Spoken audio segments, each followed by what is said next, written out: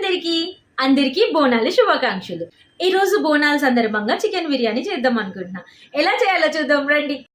ముందుగా బిర్యానీకి కావాల్సిన ఇంగ్రీడియంట్స్ అన్నీ ప్లేట్లో రెడీగా పెట్టుకోండి. సో దట్ ఏ ఇంగ్రీడియంట్ మర్చిపోకుండా ఉంటాము. ఇవన్నీ బిర్యానీకి ఫ్లేవర్స్ని ఇంకా ఎన్హాన్స్ చేస్తాయి. అండ్ మెయిన్గా ప్రతిదీ మన చేత్తో వేయడానికే ప్రిఫర్ చేయండి. ఎందుకో తెలీదు కానీ నేను వంట చేసినప్పుడు అంతా ఉప్పు కారం అవన్నీ చేత్తో వేస్తే నాకు ఆ టేస్ట్ ఇంకా పెరిగింది అనిపిస్తుంది. అయినా నాకు వంట చేయడం చాలా ఇష్టం. సో ఆ ఇష్టంతోనే చేస్తాను. దీంట్లో నేను ఇక్కడ వేసింది పెరుగు వేసిన తర్వాత ఫ్రెష్ క్రీమ్ వేశాను. తర్వాత కారం కూడా వేశాను. దాంట్లో పసుపు, ఉప్పు, దీంట్లో నేను నిమ్మకాయ కూడా వేశాను. సో దట్ చికెన్ అనేది బ్రేక్ అవ్వకుండా ఉంటుంది. జ్యూసీగా ఉంటుంది. తర్వాత నేను ఘీ వేసుకున్నా. తర్వాత కొంచెం కొత్తిమీర, పుదీనా వాష్ చేసి వేసుకోండి. ఇవన్నీ వేసుకున్నాక మంచిగా ఫ్రైడ్ ఆనియన్స్ వేసాను.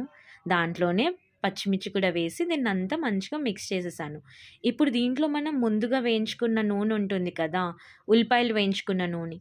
సో ఆ నూనెని వేసేసి మంచిగా మిక్స్ చేసి దీంట్లో చికెన్ వేసి చికెన్ని మంచిగా మిక్స్ చేయండి. బాగా చికెన్కి ఆ గ్రేవీ మొత్తం పడుతుంది. 2 hours అట్లీస్ట్ పెట్టండి. నాకు అంత టైం లేకుండే మార్నింగ్ టెంపుల్కి వెళ్ళి వచ్చేసరికి లేట్ అయిపోయిందండి. సో నేను ఒక 1 hour మాత్రమే సైడ్కి పెట్టాను. కుదిరితే ఎక్కువసేపే ఉండనియండి. అలాగా చికెన్కి అప్పుడు మసాలా అంతా మంచిగా పడుతుంది. ఈ లోపు అది కుక్ అయ్యే లోపు మనం రైస్ కోసం అని చెప్పేసి వాటర్ తీసుకుంటాం కదా, పక్కన నేను ఇంగ్రీడియంట్స్ మెన్షన్ చేశాను. అవన్నీ ఆ వాటర్లో వేసేసి మిక్స్ చేసి పెట్టుకోండి. దాంట్లో నేను లెమన్తో పాటు వేసేస్తాను.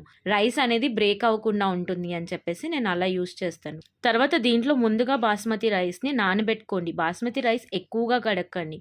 ఎందుకంటే బాస్మతి రైస్లో ఫ్లేవర్ ఉంటుంది, అది అనేది పోతుంది.